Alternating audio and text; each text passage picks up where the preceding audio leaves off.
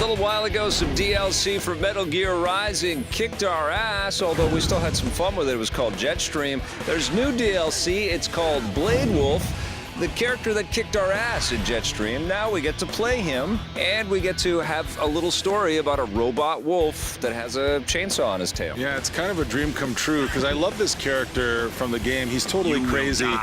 Combination complete. We've been talking about this all week long off camera, but it is kind of weird to go back to these very surreal worlds after our Last of Us experience. This is a metal robot dog. He does have a chainsaw on his tail.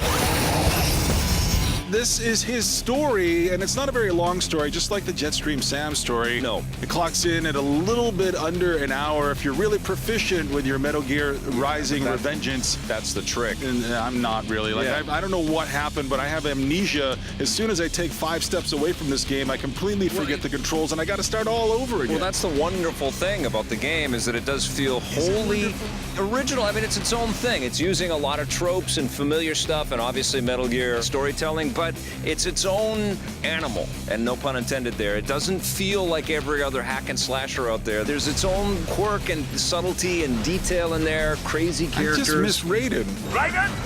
Raiden! Now, there's some weird characters in this one as well. You get a new boss fight. You get to talk to Mistral, who's one of the characters from the main game as well. Mistral. And then you talk to a lot of other weird characters that have cybernetic implants and weird sort of plugs and doodads on their heads and faces and necks and things. And there's a lot of storytelling, which I know, Scott, you just skipped. No, you know, the thing is, actually in the DLC, I'm looking for more storytelling because I'm looking for value here. And you know what? Jetstream Sam kind of let me down. There just wasn't enough meat on the bone, as they say. And once again, that holds true here, even to a greater degree, because this is even smaller than Jetstream Sam. Dog. But that's like, fine. How much story did you want out of this robot wolf? I want more adventures of the robot wolf. He does He's have the feelings. only one I care about. He wants freedom. He's kind of a complainy robot wolf dude, though, right? He's like, why can't I be free? Why doesn't anybody care about me? That's why I'm gonna go get him with my chainsaw tail. I identified with his complaining. Yeah. I would not know about freedom.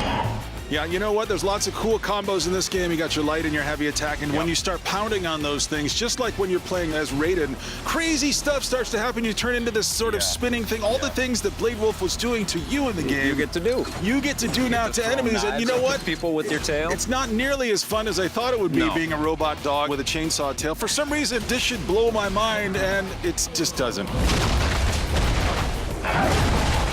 The integration between the VR missions and there's a little bit of real mission that gives you a little preamble, a little prelude to what's happening in Metal Gear Rising Revengeance main story.